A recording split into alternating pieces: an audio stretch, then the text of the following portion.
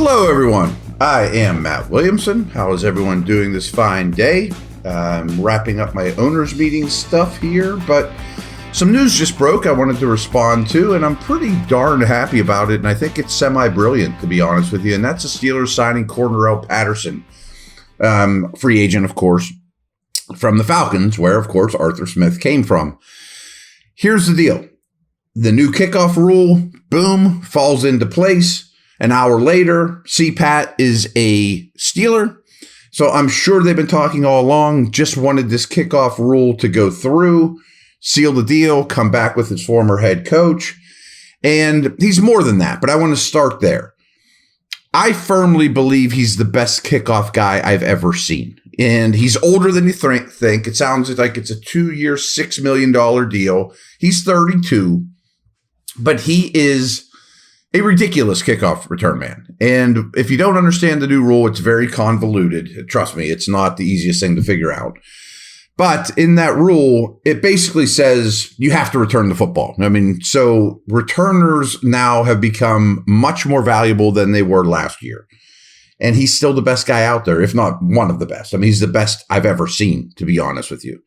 Now, I also think he's been an enigma for much of his career because, like, if you want to see something crazy, go YouTube his Tennessee highlights in high school or in college. Like, just them getting the ball in his hands on bubble screens and end arounds and returns. They can't get a hand on him on some of these highlights back in college. Now, the world's different in the pros. And in a way, why I say he's an enigma is he's never been much of a route runner, never really developed as a wide receiver. Kind of a Devin Hester-ish type of thing. But the Falcons and Smith used him a lot at running back and not just end around and gimmicky stuff. He can do traditional running back things. And he's physical. He's very elusive. He's a rare athlete. So I think that addition to the offense is, boom, he's your running back 3. He's going to be active on game day. You can trust him in protection and to carry the ball. He has some big playability. Great. You don't have to worry about breaking somebody else in. I'm sure he will also on offense slightly alleviate your wide receiver need, kind of like we talked about yesterday, but he will line up outside the formation and run some routes, not a ton. He'll certainly be your jet sweep type guy. I mean, and he's very, very good at that stuff. So I think that's a really nice addition on really like 3 levels, running back, receiver, but especially returner. And I think it's pretty exciting, telling, maybe not exciting. I mean, punters and return men aren't exciting.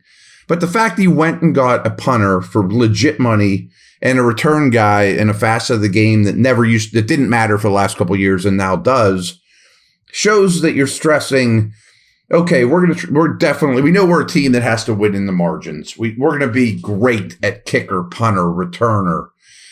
Okay, I mean, that's a lot of hidden yardage there that ends up winning games. So I think that's a really shrewd move by the Steelers. I mean, and he's also considered a great locker room guy, better on the block, obviously, and works hard. He just never really developed as a receiver. I mean, it's not like he didn't try.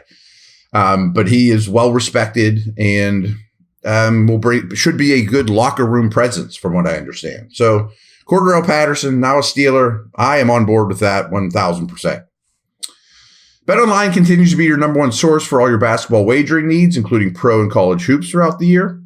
With up-to-the-minute odds, stats, and trends, you can follow your favorite team's path to the playoffs with in-game live betting, contests, and all the best player props. Experience the world's best wagering platform anytime from your desktop or your mobile devices.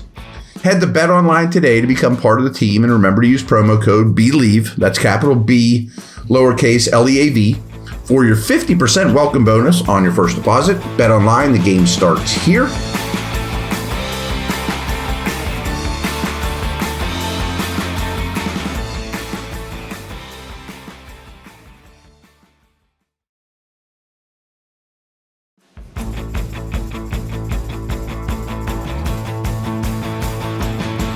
Sticking with the ball carrier theme, we're here at the owners' meetings, and the Steelers in their interviews didn't jump out and say, we are going to pick up Najee Harris' fifth-year option. I think it'd be kind of crazy not to, considering the price, because it's so low. But I also think if they are going, so this is a bigger conversation, really, but if they are going to stick with their current scheme, which is a lot of pulling, a lot of power, he's been phenomenal in those particular type of runs. Najee, I'm talking about. Now, if they're going to scrap that, which I think would be a massive mistake, and I hope they've talked to Arthur Smith a lot about this, and go to the Arthur Smith heavy outside zone, well, I think Najee's quite bad at that, to be very honest with you. I mean, he's not horrible, but he's much more of a manpower runner than he is zone runner. Now, this falls on Tomlin, not Smith. The only thing the offense has really done well is their running game and their run scheme and getting those guys pulling and whatnot. If they scrap that and go to a heavy zone outside scheme, I'm going to have a real problem with that, because the one thing you do well, you just flush down the toilet because you got a new coach. And it wouldn't be that harsh. I'm being a little harsh. But so that's one thing to look at. Like, if they're going to switch their scheme, is that why they didn't jump up and down saying they are going to pick up his fifth-year option? I'm making too much of it, because I think they'll pick up a fifth-year option. I'm sure there'll be a blend of both schemes, as all teams do. But I hope they don't get away from what they do well, because it's very obvious what his strengths as a runner are. Now, I've included this chart that I found really, really interesting. And at the bottom of it's a graph, not a chart. But at the bottom of the horizontal axis is missed tackles forced per touch. How often do you miss tackles when you get the football? And then on the other side, the up and down here is yards after contact per touch. So there's some dudes that are in the bottom left, Jamal Williams, Kareem Hunt. That's horrific. I mean, that's not where you want to be at all. But there's also some guys in the top right that I will get to here in a moment that are doing those both at a very, very high level, which is super impressive. Now, we talked about Najee. Najee's kind of in the middle. Like, some of the names you'll see on this graph in his neighborhood are Joe Mixon, Kyron Williams, who had a really good year. Zach Moss had a good year. Jerome Ford, Travis Etienne. Christian McCaffrey's not too far out of there, but Aaron Jones. So it's not a bad neighborhood to be in. It's above average. It's in the top right quadrant, but in the bottom portion of that. There's probably, 15 guys ahead of Najee on this chart, which, hey, you'll take that. That's not terrible by any stretch. But that brings me to Jaylen Warren. If you look way in the top right, he is sitting there near the top of any back in this league. I mean, he's better than Breece Hall. He's better than Raheem Mostert. He's better than Kenneth Walker. Devon Achane, who's a ridiculous speed guy, has more yards after contact per touch than anyone in the league, and he's well above Warren there. But there's only a couple others from that axis, and there's no one better than him in missed tackles forced per touch. So I've been telling you guys this for all year, or since we've been doing these podcasts, to be honest with you.